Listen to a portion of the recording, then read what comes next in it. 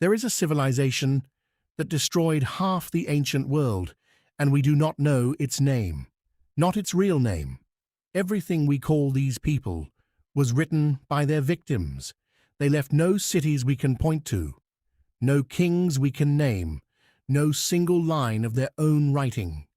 And yet, in the space of one generation, they erased empires that had stood for centuries. We know exactly what they did. We have no idea who they were. Around 1177 BC, an Egyptian pharaoh named Ramesses III carved an account of the strangest war his kingdom ever fought into the walls of a temple at Medinet Habu.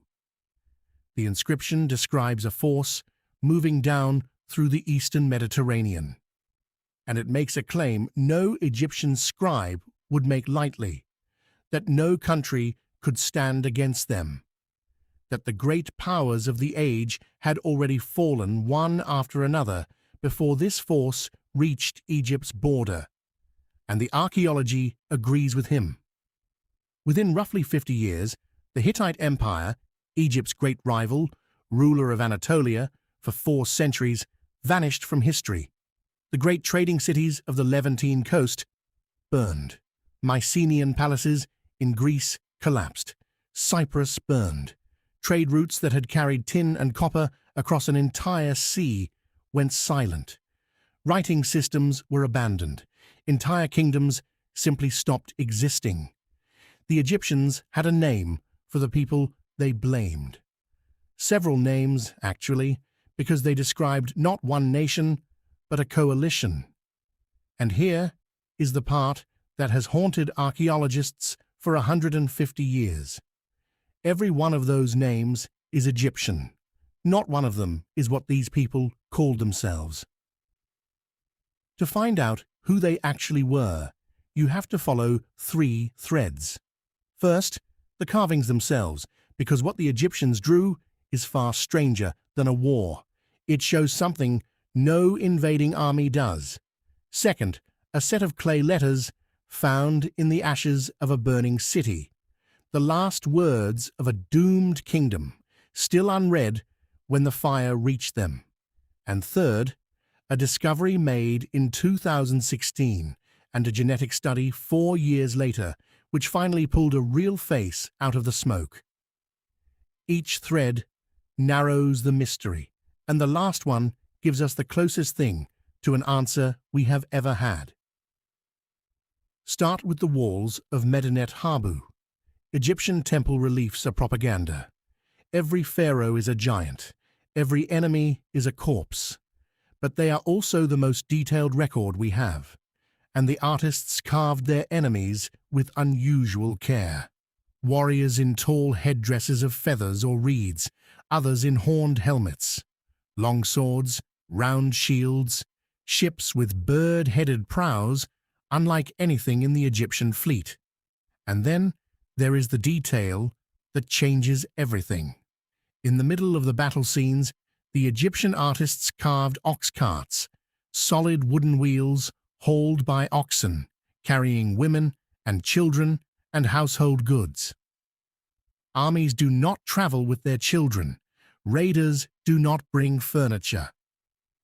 Whatever else this was, it was not a military campaign in any sense the ancient world understood. It was a population on the move, an entire people with everything they owned, pushing into someone else's land because there was no way back to their own, which raises the question that drives this entire mystery. What could empty a homeland so completely that its people would load their children onto carts and march into the strongest empires on earth? The Egyptians listed the groups by name: the Peleset, the Cheka, the Shekelesh, the Denyen, the Weshesh, and others recorded in earlier campaigns: the Sherden, the Luka, the Ekwesh. 9 names in total across the records, and scholars have spent a century arguing over what each of them means. Sardinia, Sicily, southern Anatolia, the Aegean. Every candidate has supporters, and none has ever been proven. And this is the strangest fact in the whole story, the one that puts these people in a category almost alone in history. We have their portraits, we have their weapons, their ships, their headdresses, their names, and every single piece of that comes from the people they attacked. No Sea People's inscription has ever been found. No monument, no archive. We are reading a civilization entirely through the propaganda of its enemy. Imagine everything future historians knew about your country came from the war reports of the nation you invaded. That is the entire evidentiary basis for the Sea Peoples.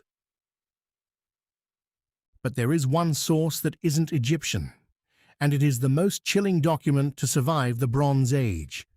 On the Syrian coast stood Ugarit, one of the richest trading cities in the world, a hub where merchants from Egypt, Cyprus, and the Hittite Empire met. In the ruins of Ugarit, archaeologists found clay tablets, including letters written in the city's final days.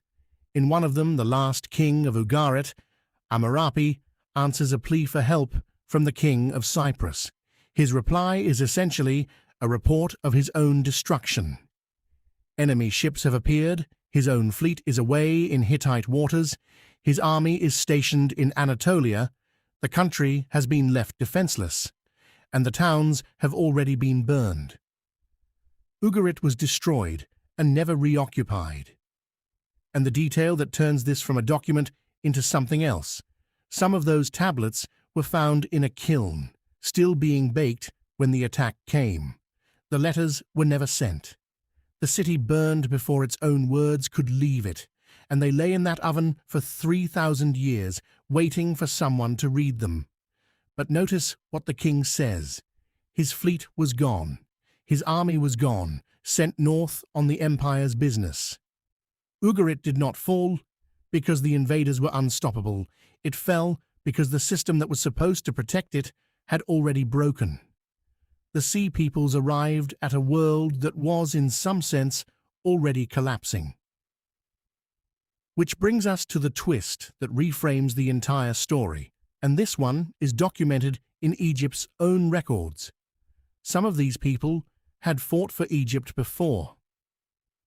The Sherden, one of the groups named among the raiders, appeared decades earlier as elite mercenaries in the pharaoh's own bodyguard, carved into Egyptian monuments in their distinctive horned helmets, standing beside Ramesses II at the Battle of Kadesh.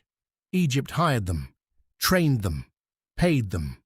So the great faceless enemy of the Bronze Age was not entirely faceless and not entirely foreign. Parts of it had been inside the system, working for it before they turned against it, or before the system that employed them stopped paying, stopped functioning, and stopped existing. Which is where the modern evidence enters, because one group did leave something behind. The Peleset settled on the coast of Canaan and became the people the Hebrew Bible calls the Philistines, and in the cities they occupied, Ashkelon, Ashdod, Ekron, archaeologists found something that did not belong. Pottery in Aegean styles, hearths built in the Greek manner, loom weights of a type found in the Aegean, and dietary habits foreign to the region. In 2016, after decades of excavation, a team announced they had finally found a Philistine cemetery at Ashkelon. And in 2019, a genetic study of remains from that site reported something remarkable. Individuals from the early Iron Age carried ancestry linked to populations from southern Europe, a genetic signal that appears suddenly, then fades within a few generations as the newcomers married into the local population. That is the closest thing to a face we have ever pulled out of the smoke, not a conquering horde from nowhere, migrants from somewhere across the sea, arriving in a broken world and within a century becoming indistinguishable from the people already there. So we are left with two ways to read the greatest disappearance in ancient history. In the first, the Sea Peoples other cause, a coalition of raiders and refugees who swept through a fragile world of palace economies and burned it down, ending the Bronze Age in a single lifetime. In the second, the reading most researchers now lean toward, they are a symptom. Drought, famine, earthquakes, and the collapse of trade drove them from homelands we still cannot locate. They did not destroy the world. They were running from the same thing that destroyed it, and they arrived at the door of every kingdom that was already dying. Egypt survived, barely, and Ramesses III carved his victory into stone, which means the only detailed portrait we will ever have of these people was made by the one enemy who managed not to fall. Somewhere across that sea lies a homeland that emptied itself 3,000 years ago. We have never found it. We do not know what it was called, and the people who left it are known to history only by the names their victims gave them. This has been the Hidden History Vault. The vault is never truly empty.